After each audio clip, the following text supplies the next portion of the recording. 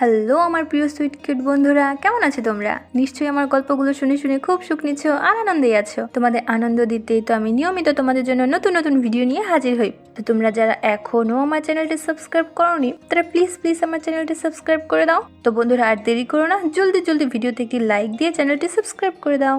আমি টুম্পা, আমি দেখতে একদম সেই যাকে বলে পরমা সুন্দরী আর কি। আর আমার বয়স 28। আমি নিজের সব কিছু ধরে রেখেছি। আমাকে দেখলে যে কেউ আমার দিকে তাকাতে বাধ্য। আমি যখন কলেজে যেতাম তখন ছেলেরা আমার সব কিছু স্ক্যান করে দেখতো। তাদের দেখে মনে হতো এক্ষুনি আমাকে গিলে খাবে। আমি যখন কলেজে উঠি তখন আমার খুব ইচ্ছা করতো কারো সঙ্গ পেতে, কিন্তু পরিবারের কথা ভেবে সেভাবে কোনো কিছু করতে পারিনি। আমাদের এলাকায় আবির নামে একটা ছেলে থাকতো।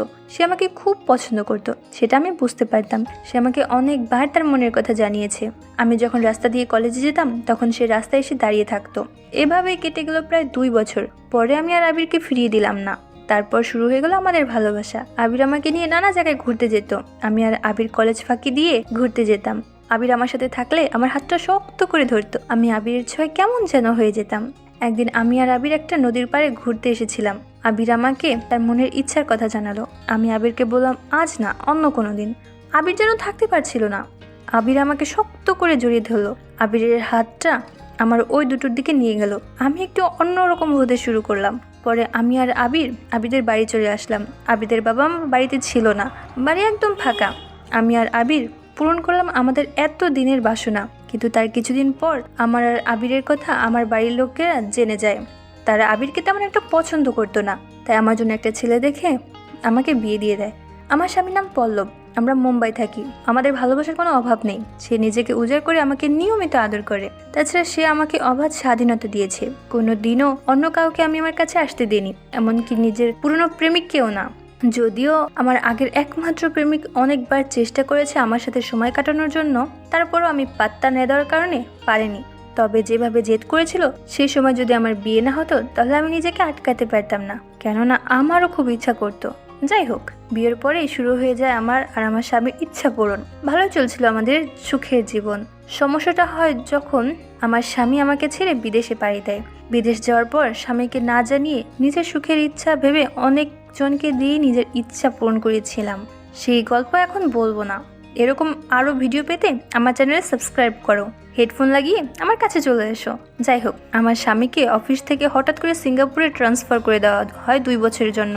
তখন আমি বাসায় একা ছিলাম, তাই বাসার সব কাজ আমাকে নিজেই করতে হতো। এমনকি বাজারও নিজে করতাম, কেননা আমি আর আমার স্বামী দুজন মিলে ছিল আমাদের সংসার। তখন আমার ফেসবুকে ফ্রেন্ড রিকোয়েস্ট পাঠায় শান্ত। সে একজন পুলিশ অফিসার। আমি প্রথমে অ্যাকসেপ্ট না করলেও কয়েকদিন পর অ্যাকসেপ্ট করি। কিন্তু সে ফেসবুক ফ্রেন্ড হয়ে কিভাবে যে আমার সাথে খেলার মতো সম্পর্ক গড়ে তুলবে তা হয়তো কেউ জানতো না। রিকোয়েস্ট অ্যাকসেপ্ট করার পর সে আমাকে ধন্যবাদ জানিয়ে শান্ত একটা মেসেজ দেয়। এরপর আমি রিপ্লাই দিই, ধন্যবাদ দেওয়ার কি আছে? শান্ত বলল, আপনার মতো সুন্দরী একজন আমার মতো একজন ছেলের ফ্রেন্ড রিকোয়েস্ট অ্যাকসেপ্ট করবে তা আমি ভাবিনি। শান্ত আরো বলল, আমরা চাইলে বাস্তবেও ফ্রেন্ড হতে পারি, সেটা আপনার ইচ্ছা। আমি শান্তকে জিজ্ঞাসা করলাম, কি করেন আপনি? শান্ত বলল, পুলিশে আছি। আপনি? আমি বললাম, আমি হাউস ওয়াইফ। শান্ত আমার বাসার ঠিকানা জানতে চাইলো। আমি শান্তকে আমার বাসার ঠিকানা দিলাম। তখন শান্ত বলল, আমিও তো এখানেই থাকি, তাহলে আমরা প্রতিবেশী। ভালোই হলো। আপনারা যদি বিপদে আপদে সাহায্যের প্রয়োজন হয় বলবেন। আমি বললাম, তা অবশ্যই। শান্ত আমাকে আরো বলল, আপনি ম্যারিড, কিন্তু আপনাকে দেখলে বোঝা যায় না। আমি বললাম, বেশ মেনটেন করছি। তখন শান্ত বলল, সেটার জন্য আপনি এখনো বেশ সুন্দর। আমি তখন শান্তকে বললাম, আপনার বিয়ে হোক, আপনার বউকেও শিখিয়ে দেব। শান্ত বলল, আপাতত বিয়েটা করছি না। আমি বললাম, কেন? বিয়েতে কি সমস্যা? তখন শান্ত বলল, অন্য কোনো সময় আপনাকে বলবো। শান্ত আমাকে জিজ্ঞেস করলো, তো আপনার অ্যারেঞ্জ ম্যারেজ না লাভ ম্যারেজ? আমি বললাম, অ্যারেঞ্জ ম্যারেজ, কিন্তু ভালোবাসার কোনো কমতি নেই। শান্ত একটু হেসে বলল, তাহলে ভাই তো অনেক লাকি, আপনার মতো একজন সুন্দরী বউ পেয়েছে। আমি তখন শান্তকে বললাম, আপনিও পেয়ে যাবেন। শান্ত বলল, কিন্তু আমার যে আপনার মতো কাউকে চাই। আমি বললাম, সেটা তো সম্ভব না, আমি তো একজনেরই, তাই না? তখন শান্ত বলল, আমি কিন্তু আপনার জন্য অপেক্ষায় আছি। আমি বললাম, ঠিক আছে, আপনি বসে বসে অপেক্ষা করেন তাহলে। আজ রাখি, অনেক কাজ পড়ে আছে। স্বামীর কাছে না থাকায় আমি শান্তকে নিয়ে ভাবতে থাকি। নিজেরও তো একটু সুখ আছে, তাই না বলো বন্ধুরা? আমি মনে মনে শান্তকে একটা সুযোগ দেওয়ার কথা চিন্তা করছি। আচ্ছা বন্ধুরা, তোমরাই বলো, আমার কি এমন চিন্তা আসাটা স্বাভাবিক, তাই না? এভাবে কিছুদিন কেটে যায়। ধীরে ধীরে নতুন অন্যরকম একটা ফিলিংস কাজ করে শান্তকে নিয়ে। আস্তে আস্তে আমার স্বামীর জায়গা দখল করতে থাকে। আজ থেকে কিছুদিন আগেও নিজের সুখের কথা ভাবলে আমার স্বামীর কথা মনে আসতো, কিন্তু এখন শান্তকে নিয়ে ভাবতে আমার ভালো লাগে। প্রতিদিন রাত্রে শান্তের সাথে চ্যাট করার পর ঘুমিয়ে পড়ি। পরের দিন সকালে রোজকার মতো বাজার করতে গেলাম। একটা হালকা গোলাপি শাড়ি পরে, চুলগুলো খোপা করে ছিল। সবার চোখ আমার দিকে। অসম্ভব সুন্দরী হওয়ার কারণে সবাই তাকিয়ে থাকে আর নিজেদের মনে মনে অভিশাপ দিচ্ছে যে কেন ওদের কপালে এমন বউ নেই। হয়তো কেউ কেউ ভাবছে, ইস, আমি যদি আমার মনের বাসনা একে দিয়ে পূরণ করতে পারতাম কতই যে সুখ পেতাম, এমনটা ভাবতো। সেদিন বাজারে ঢোকার পর শান্তর সাথে হঠাৎ দেখা হয়ে যায়। আমাকে দেখে হতভম্ব হয়ে দাঁড়িয়ে আছে শান্ত। অন্যদিকে শান্ত বেশি সুদর্শন নয়, হালকা পাতলা, কিন্তু মোটামুটি লম্বা, গায়ের রং শ্যামলা। আমি একটু রাগ করে বললাম, হা করে কি দেখছেন? তখন শান্ত বলল, তুমি এত সুন্দরী কেন? শান্ত বলল, সরি, হঠাৎ করে তুমি বলে ফেললাম। আমি শান্তকে বললাম, ঠিক আছে। আমি শান্তকে বললাম, আমরা না বন্ধু, তুমি আমাকে তুমি করেই বলো কেমন?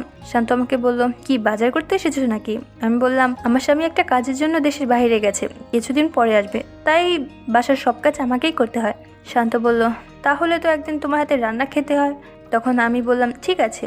তখন শান্ত একটু হেসে বলল, প্রতিদিন তোমাকে দেখে তো পেট ভরে যাচ্ছে। আমি ভাবতে পারিনি যে শান্ত আমার হাতে রান্না খেতে এসে আমার জীবনটা লন্ডভন্ড করে দিবে। আমরা গল্প করতে করতে বাজার করলাম। শান্ত আমার হাত থেকে বাজারের ব্যাগটা তার হাতে নিয়েছে।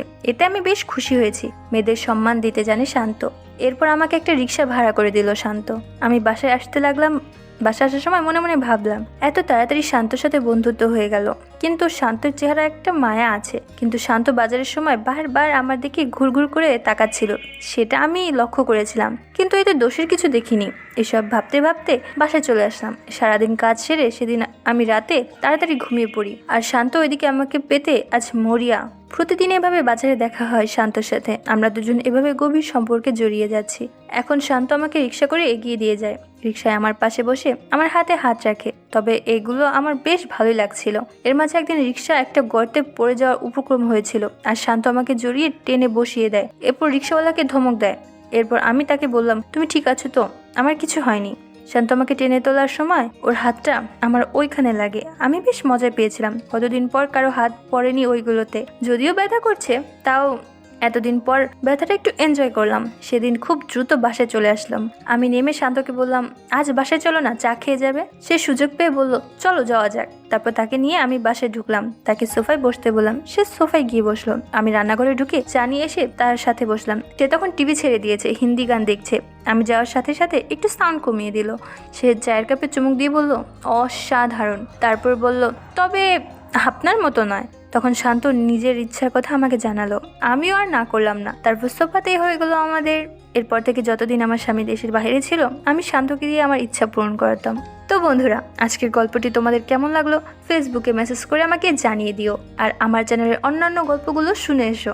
আর অবশ্যই ভিডিওতে একটি লাইক দিয়ে চ্যানেলটি সাবস্ক্রাইব করে দিও। তোমরা সবাই অনেক অনেক ভালো থেকো। আর নিয়মিত আমার গল্পগুলো শুনবে কিন্তু। আমি নিয়মিত তোমাদের জন্য মজার মজার গল্প নিয়ে আসবো। আর ফেসবুকে আমার সাথে আড্ডা দিতে ডেসক্রিপশনে দেওয়া লিঙ্ক থেকে ফেসবুকে আমাকে মেসেজ দাও। বাই।